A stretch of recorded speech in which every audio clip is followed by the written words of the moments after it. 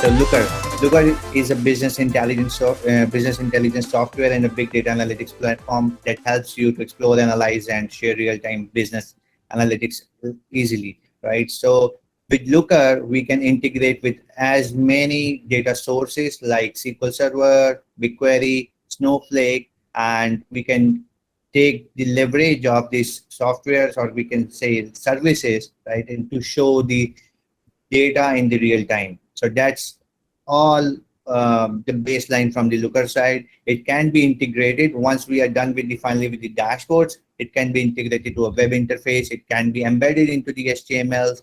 We can schedule dashboard deliveries, and there are the REST APIs which we can use also.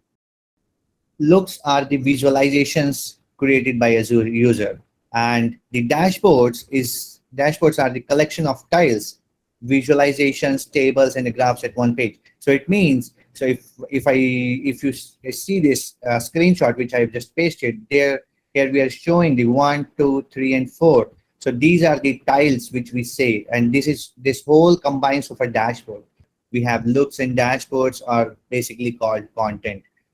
For example, if I tell you I have 3 Looker instances, or I have more than 1 Looker instances, I want to move my content from one dashboard to another dashboard, and then from another to the third instance. So instance, what do we mean by instance? What is instance? So if I tell you MediaAgility has one instance, if we say mediaagility.looker.com, this is one instance. So similarly, if MediaAgility has one more instance, if we want to buy, that could be mediaagility.qa.looker.com, or it could be mediaagility.production.looker.com, right? So it means we have 3 separate instances. We are segregating out the development, we are segregating out the QA, we are segregating out the production. So on production, there will be no users, right? Only 1 or 2 users, right? Or if that one is embedded with some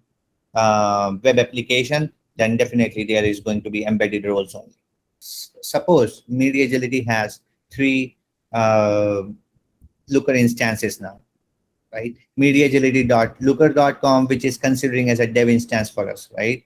And now MediaAgility purchases 2 more instances, qa.looker.com and prod.looker.com. Now the problem is, whatever the content which I will build here in the dev instance, how will I migrate this to QA instance? Whatever content will be QA instance, and we need to migrate this to prod instance.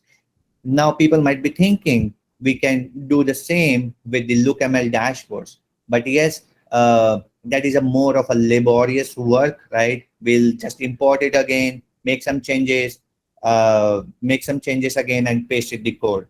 Like, we have to maintain this cycle repeatedly. But yes, we have one more for this user-defined dashboards. How we can do it, I'll just tell you, right? So how this whole things works.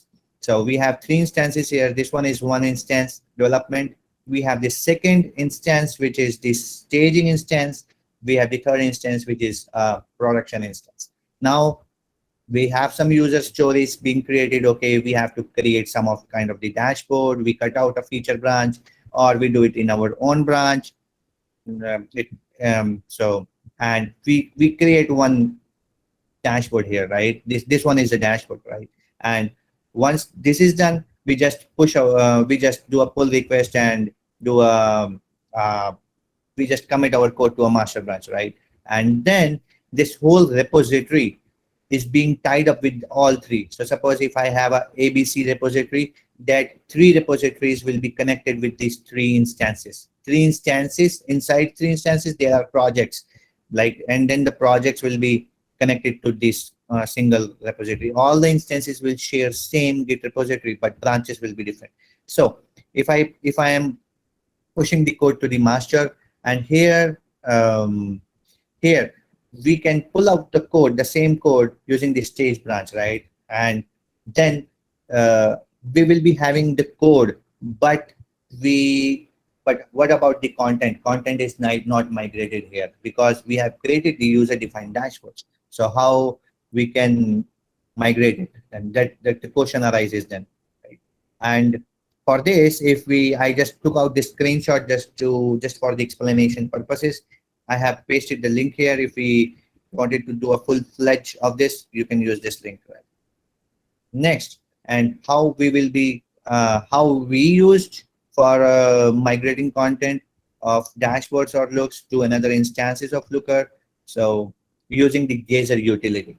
Right? So that is written in Ruby and Perl, right? So we need to install it. How we can install, I'll be just giving you the whole exercise. We'll be doing it.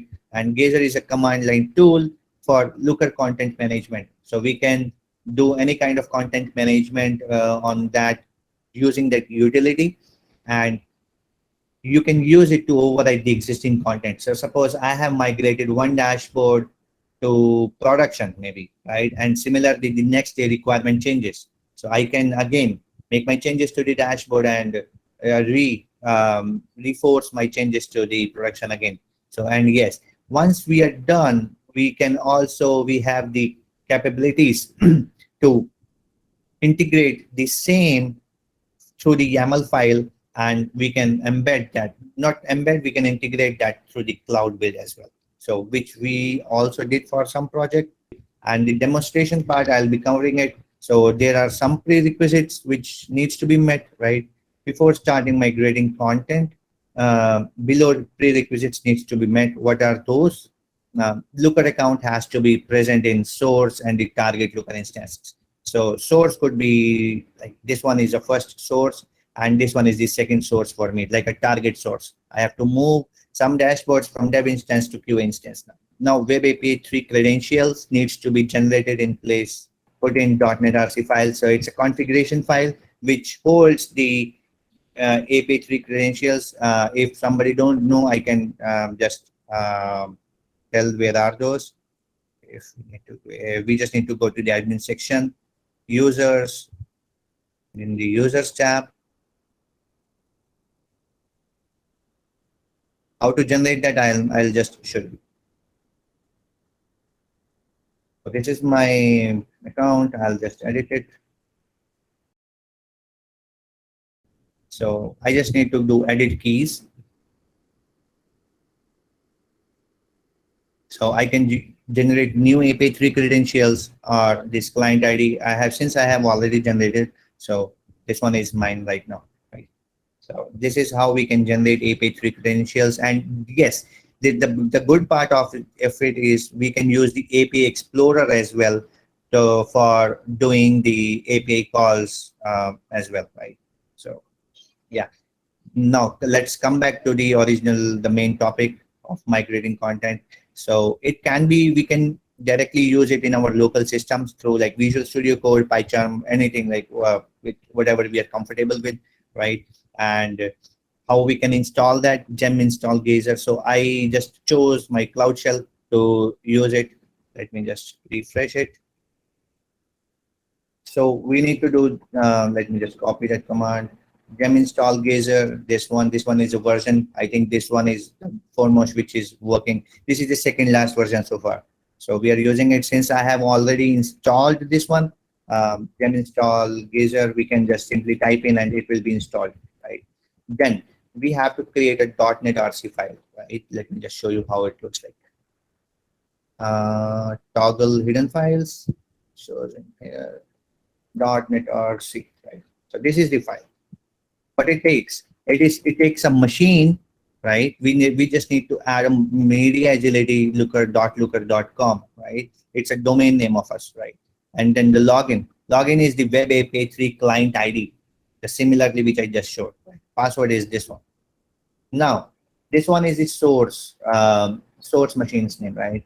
Now similarly, if I have to move to the mediaagility.qa.looker.com, I can do that. Unfortunately, that does not exist, but eventually it is going to be like this.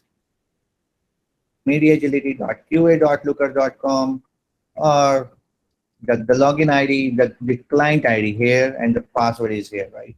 So since we do not require it right now, I'll not use it. I'll just hit save here. And then what's next? Let me just Yeah, so here is a folder which I have created, Looker content migration, which has two files only, right? One is the gazer.config. You can rename it to anything which you like, right? And the migrate.sh, a bash script. What it is doing, let me just give you a simpler overview. It just takes like 6 arguments, right? What are those? Let me just tell you. Dev space ID. Dev means the source space ID, and the dev space name. Space, we can consider it as a folder ID. What folder ID we have? If I go to my folder, let me just give me a second. Yeah. So what to showcase this one, to showcase this demo, since we do not have multiple instances in Media Agility, that's what I use this. I will be migrating stuff from this folder to the prod folder, right? To this prod folder, and it is in my folder, two folders created. So if I show you the dev folder, the folder ID is 201, right? So I added it 201, it's the dev ID, and the name is dev, right? And similarly, what I wanted to move are real time. Real time is a dashboard, and what is 220? It's the ID of that dashboard.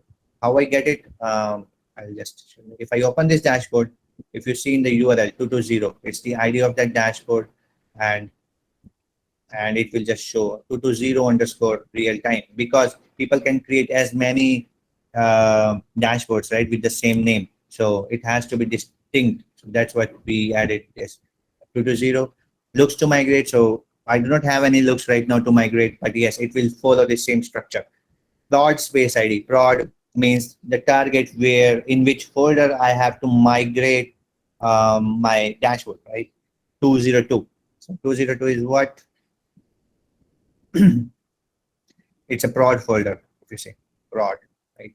And the prod space name is called a prod folder name. It's just a prod folder name. And then we will be going to the migrate.sh. Let me just show you what it is. It's a 17 lines of code, right? So source gazer.config.md, it is just reading this config file so that it can hold these variables. These variables can come in this migrate script, right? And then what we are doing, gazer space export. These are the commands which gazer follows, right? Gazer space export dev space ID. So in that case, dev space ID was the tools, whatever it is, right? What it will do, it will export whatever the content is present in that folder to here locally, right? And then it will just go to the dev space name folder inside that folder, and it will create it. It will just run it a for loop over there, right? So whatever we have to migrate it, we will be just doing it gazer dashboard import. So from here, we will be having a JSON files. We'll be just doing a gazer import to the host, whatever we want to. The dashboard import, first of all, the content will be placed here as an export. Then it will be re-imported to the host, like whatever I'm providing here. Since we do not have any target one, so I just need to execute it. I'll do cd looker content migration, and I have already specified everything here. And if I just do bash migrate, press it. Now see here, what it will do, whatever we have in the dev folder will come here. See, this is the dashboard which just arrived, right? And now the second command which is being running now, it will go into this folder. It will copy this one, right? And it will throw it to the next folder. Yeah, imported dashboard 224, right? And it gives the ID as well, 224. And if I just show you in the prod folder, let me refresh it.